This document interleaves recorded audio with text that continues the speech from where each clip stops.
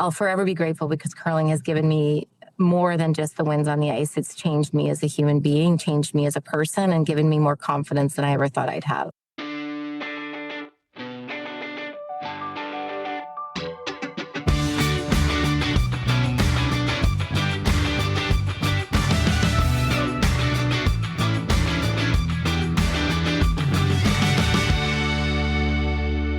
Back on Closer Look, and we made it to Friday. It's August the 22nd. Full disclosure, you and I upstairs the last half hour on YouTube watching some of the greatest shots in curling, courtesy of Jennifer Jones. Yes, and what kickstarted all that, that's not a curling term, I know, but what kickstarted it all was, her new autobiography is out, Rockstar. Yes, my life on and off the ice. Comes out in a few days. And, of course, she's credited with arguably getting the greatest shot ever in curling history. And so I vaguely remembered it, but I wanted to YouTube it. Amazingly, you can find all this stuff on YouTube. Have you ever been? YouTube's this whole internet thing, it's going to stick. Yeah, we're on YouTube now. Apparently. I know. Yes, we are. Yeah, we are. At Closer Look Podcast. Yeah. But this shot, I won't be able to explain it at all because I don't know. No. But she basically hit... Anyways, go on YouTube and watch it. But it was a phenomenal shot. She hit a rock. It went to another rock. It hit another rock, and she left hers in the house, or the button, whatever it's called, and that was it. She Have won. you ever curled, by the way? I've never curled. Okay. I have a funny curling story also. I know. Maybe we'll save that for after. Okay, yeah, we'll save it. But the point of all this is Jennifer Jones is joining us today to talk about her new book and talk about her amazing career. And I always say I sound like a broken record. Even saying I sound like a broken record is sounding like a broken record. But that's what I love about this show. We talk about and we talk about important issues, but we also have these really fascinating guests on this show. When you think of just the list we've had in the last few weeks since we've kind of launched the new daily format, Jennifer Jones is a legend. Yes. She's one of the best curlers who ever lived, will remain that way forever. Yep. She's just an amazing athlete and did so much for women's curling in the world, and not just this country, but around the world. She helped grow that sport like crazy. And to be able to sit down and chat with her about her experiences will be awesome. Well, she's an Olympic champion, world champion, multiple Scotties champion, a lawyer, mom, wife, and now we can add author to that list. Jennifer Jones joining us tonight on a Closer Look. Jennifer, great to see you. Thanks for joining us. My pleasure. Thanks for having me. Okay, I got to start with this, but before we get into the questions, there is nobody more excited that you're on this show tonight than Margie Turner. She is the mother of our producer, Derek. She was thrilled to hear that you were joining us. Hi, Margie. Thank you. I hope maybe we can meet in person one day. Awesome. Great stuff.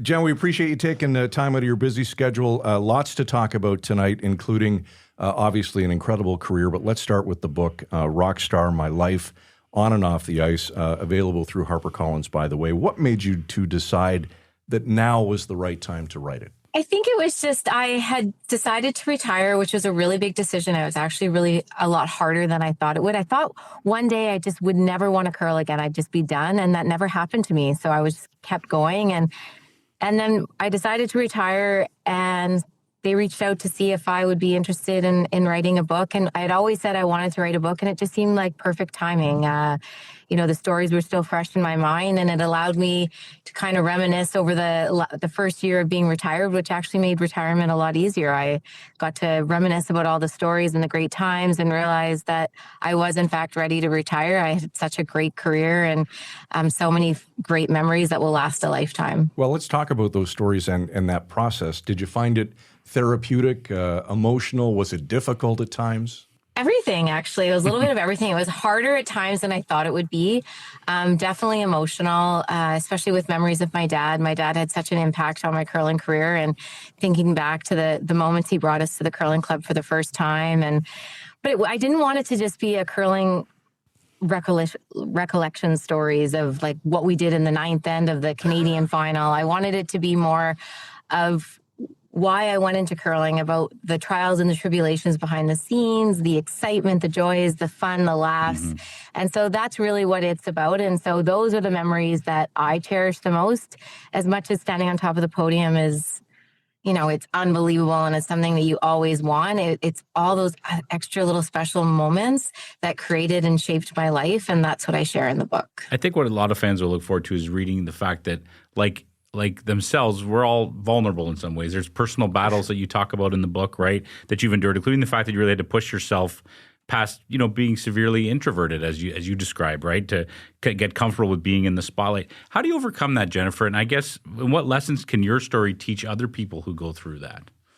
I don't know if you ever overcome that. I think it's just a part of who you are, but I think you learn to accept it and embrace it. And I think the fans helped me, and just how they embraced us and made you feel accepted for who you were, and just really understanding how to be authentic. And I knew I was shy. I knew I was introverted.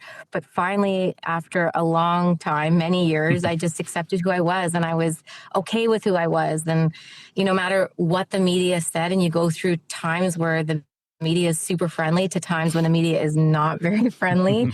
And, as an amateur athlete, I curled because I loved it. You didn't curl for the spotlight. And then all of a sudden you're in the spotlight, and it's hard to embrace as an introverted person, all of a sudden having a very public life. So it took a while, but then finally, I think the kids really helped, because they love you for who you are, and you surround yourself with people who love you for who you are. And then you kind of decide that everything else is just noise. And it really did help me enjoy life more fully than I would have before. Like I put myself out there a lot more. I experienced things that I never thought I would. And so curling, I'll forever be grateful, because curling has given me more than just the wins on the ice. It's changed me as a human being, changed me as a person, and given me more confidence than I ever thought I'd have. All right, let's talk a little bit more about that. You mentioned Dad obviously being an inspiration, but Yes. How did you get into the sport? How did it all start? My dad. Yeah, for sure. My dad. He grew up at the curling club. He curled. His family really couldn't afford hockey at the time, so he curled. And so he was like volunteer of the year, I think, every year that we were growing up. And he was always at the St. Vital Curling Club, which meant we were always at the St. Vital Curling Club. And our daycare was there. I met Santa Claus at the St. Vital Curling Club for the first time. It was just a big part of our life. And my dad was very involved in sports, and I was definitely interested in sports as a kid. And so I did everything: volleyball, basketball, baseball. But curling was a place where I actually felt like I belonged. It was a small team. I didn't feel overwhelmed.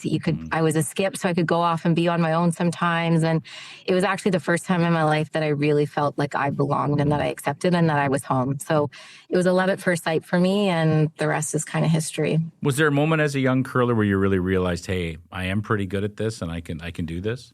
Honestly, I never even thought that. Like, I remember when I was 16, Jill Staub at the time, now Jill Thurston, she asked me to play third for her.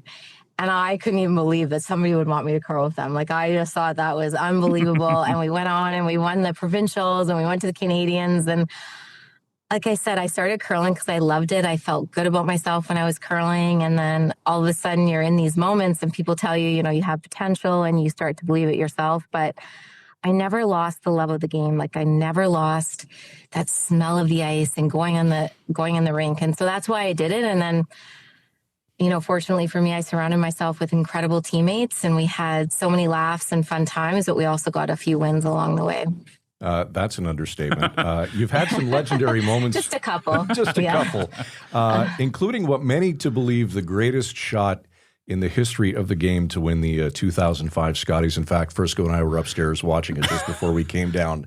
And I said to him, I got to ask Jennifer, what the hell's with all the yelling? Why are they always yelling at each other? That aside, when you look back at your career, what moment sticks out the most to you? It's hard. Like, obviously that moment is such a big moment. There's a whole chapter in the book devoted to that shot, because it's what kickstarted our career, my career. Yeah. The girls that I played with had already had some success, but it kickstarted it all. And it was a moment where I felt like I had let my teammates down. I didn't play great that game. And then finally we have this chance to win, and we make it on the most dramatic shot. My dad was our coach. It was like this crazy moment. And I remember after that shot, I thought, here I am. I love curling more than anything. It's given me so much. And now we're going to be forever remembered in the sport that you love. And like, that was bigger than the shot itself or winning, just to know that curling, which has given me so much, maybe we gave a little bit back. And so that's kind of what started it all. And even with the pleated pants and everything, the tucked in shirts, you look back, that shot's shown over and over again. But it really made me believe that maybe we were good enough. Like, maybe I was good enough to do this. And so that was the first of kind of dreaming bigger than I ever thought I'd dream. And so I think that moment stands out. But then having said that, the world championships that we had in Canada, like, wow, like playing in front of the Canadian crowd, I can't even describe it. In North Bay, I remember making a shot in the ninth end, and the crowd was so loud that my bones were vibrating. Like, who gets to experience that, right? And so in Canada, playing in Canada World Championship, and we won those, which was incredible. But I mean, then you go to the Olympics, and the Olympics is just another. It's just another beast on its own. I don't want to call it a beast because it's a beautiful beast. It's like the most. Yep. It's so like. You're just this multi-sport. You feel like you're part of the bigger Team Canada. And we went there and we played our very best in the biggest stage. It's what every athlete dreams of. We've never played better. And we went on and we got to stand on the podium, the top of the podium for the Olympics, and hear the national anthem. And when that national anthem is played, oh, it's more than I ever dreamed. And like, I remember watching the Olympics when I was a kid, Summer Olympics, Winter Olympics, and watching those athletes singing their anthem, thinking, wow, like how lucky they were. And there we were. So I can't pick one. And I do think too, like the last, my last game, having our daughters there, having them cry because it was over, thinking, you know, the impact that curling has made in their life, and hopefully something they remember forever. So curling has given me so much that I just don't think it's just justice to give it one moment, because there's so many. I've always wondered this, elite athletes like yourself, do you sometimes in quiet moments click on YouTube like we do and watch your old shots just to reminisce about how amazing it was? I used to when I was younger, but now it's funny because our daughters are so into curling. They watch all the old shots, so I don't have to anymore. And they usually watch all of ours and they'll call me over. But you know, I used to when I was younger for sure, and I haven't in a while. Maybe I should. You should. It is a feel good. Watch that one from the moment, Scotties. It was pretty. It was something. Yeah. Jennifer, you talk about representing Canada at the Worlds and certainly at the Olympics. Describe the feeling and the pressure of you're not obviously representing a town or a city; it's an entire country, and so few of us will ever experience that. So, what is that like? It's the biggest honor that you could ever have. Like, I'll never forget getting my first, actually every single Canadian jacket with your name on the back and the maple leaf. It just feels surreal. Like you never felt like you were, you know, you were kind of deserved it in a way. And you get this jacket, and it comes with it does come with a lot of pressure. And I don't like to say pressure because it's what you work for. But if you're not only letting yourself down or your teammates down, you feel like you're letting your country down. And there's this sense of pride. And I've never, ever lost the fact that the fans are what make curling so spectacular. Like, I had dreams of being, you know, an Olympic champion, let's say.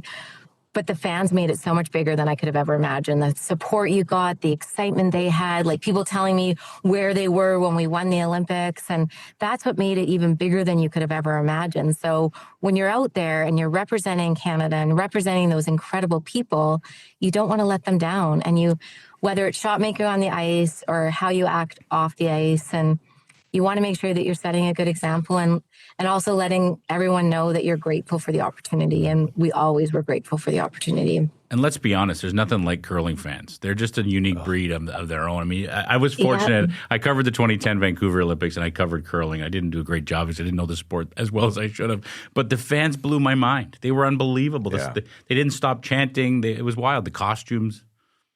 Yeah, it was I covered the 2010 I should have came to you for advice. Sports. Yeah, sorry, go ahead. So we were on that media bench together eating the same food every day, like every single day. That's right. But no, the fans are special, and they're very diehard. Like curling fans, they sit and they watch the entire game. And I think one thing that's special about curling is that we wear microphones. You feel like you get to know our innermost thoughts, which actually you do. Sometimes you forget. And we don't wear helmets, so you know who we are. Like, you feel like we're friends. And that's what people will run up to me in the grocery store and say, I know you. And I'm like, do you watch curling? They're like, oh yeah, because it just feels like we're a part of their group, right? And that's what's special about it. It really is special. Can I ask you do you have to remind yourself when you go out with those microphones on? Okay, because no other sport is mic'd up as far as they don't mic up the baseball players or the football players, right? Sometimes you do, yeah. Like, especially in the moment, like you kind of just speak your mind, or the camera, like the other team might be throwing, so you don't think the camera's on you, and you think you have this moment in time where it's just between you and whoever you're talking to, but it never is. And a game is 3.5 hours. A lot of players go to the washroom, so you always have to remember those moments as well.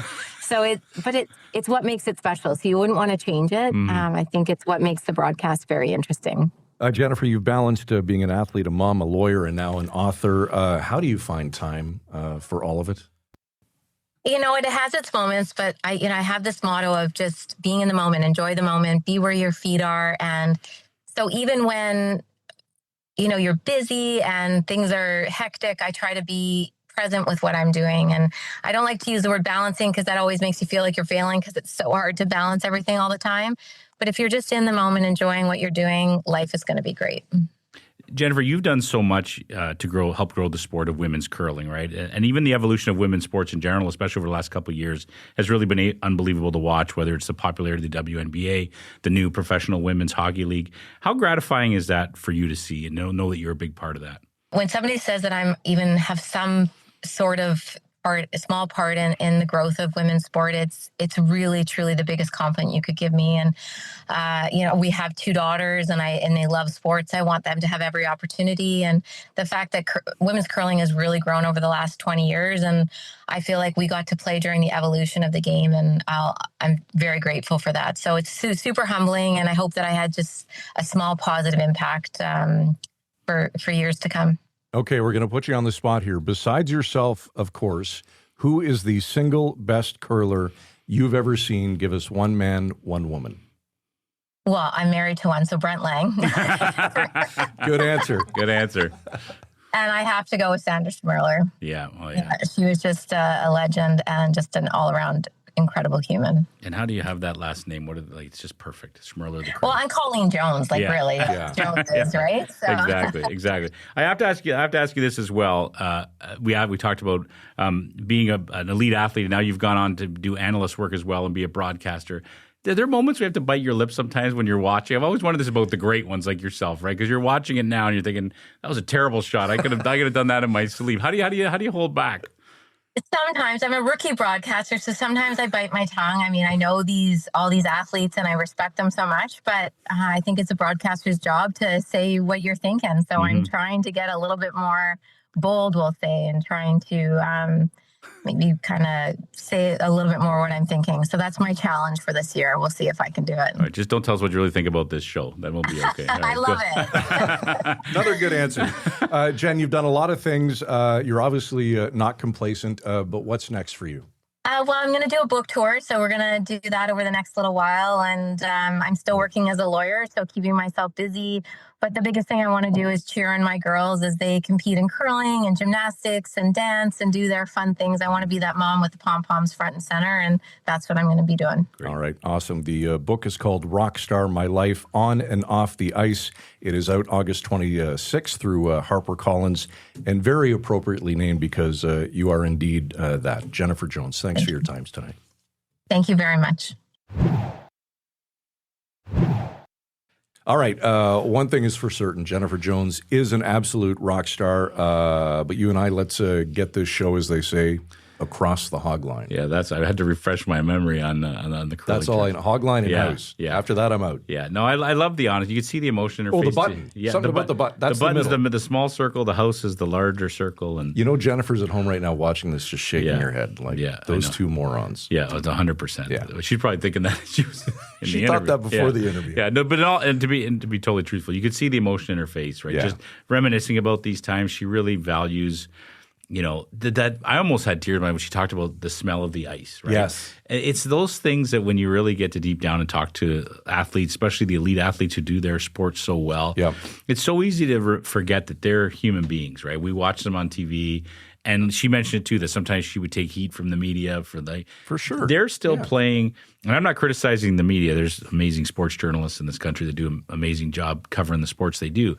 But being the athlete is beyond anything we can ever comprehend. To be that good at that sport, and the work that goes into it, and the training and the mindset you have to be in to be able to, that's kind of what separates the great ones from the ones who don't make it. Is you can be a phenomenal athlete, but if you don't have the that mind to be able to do it, the mindset to step in where everyone's watching you. And having her talk about that was for me, it was an interesting insight. You talk about emotion. I started to feel it when she talked about representing Canada and being on the podium and hearing the anthem. Yes. There just cannot be a greater feeling in sports than that. An amazing career. And you talk about, accomplishments, Olympic champion, world champion, mom, wife, lawyer, author. Parents must be so disappointed. Yeah. It's just, I get up and go to work and I'm like, yes, nailed it. No, just make it to the office is enough, 100%. But even when she talked about, she has all her Canada jackets, right, with her name on the back. I mean, that's a phenomenal thing. It was great to be for her. We appreciate her squeezing in. She's very busy. Obviously, she was in the car. We made a joke. The last guest we had in the car was the ex-OPP officer talking about auto theft. Brian Gast, Yeah, so especially on a hot day, for her to spend the time in the car like that, very much appreciated. All right. The book is called Rockstar: My Life on and Off the Ice. It is available through HarperCollins, and it comes out on the 26th, so make sure you get yours. Okay, I think we made it across the hog line. Yes, sir. Put a bow. And we should mention, off next week. Yes. You had holidays? I'm going to take a few. We had such a great week. We're going to take another week off. Remember, this is a soft launch. We've been soft launching all summer. The big launch is in September. We have a lot more to say about that and some exciting guests coming up as well. A perfect time to get caught up on past episodes, and you can do just that at closerlookpodcast.ca. Subscribe if you like, if YouTube is your thing, at Closer Look Podcast. And as always, email is always wide open, closerlook@villagemedia.ca. For Michael Friscoletti, I'm Scott Sexsmith. Have a great weekend, a great week. We'll see you in 7 days' time right here on Closer Look. Frisco and Scott's Wardrobe provided in part by Moores, Sault Ste. Marie.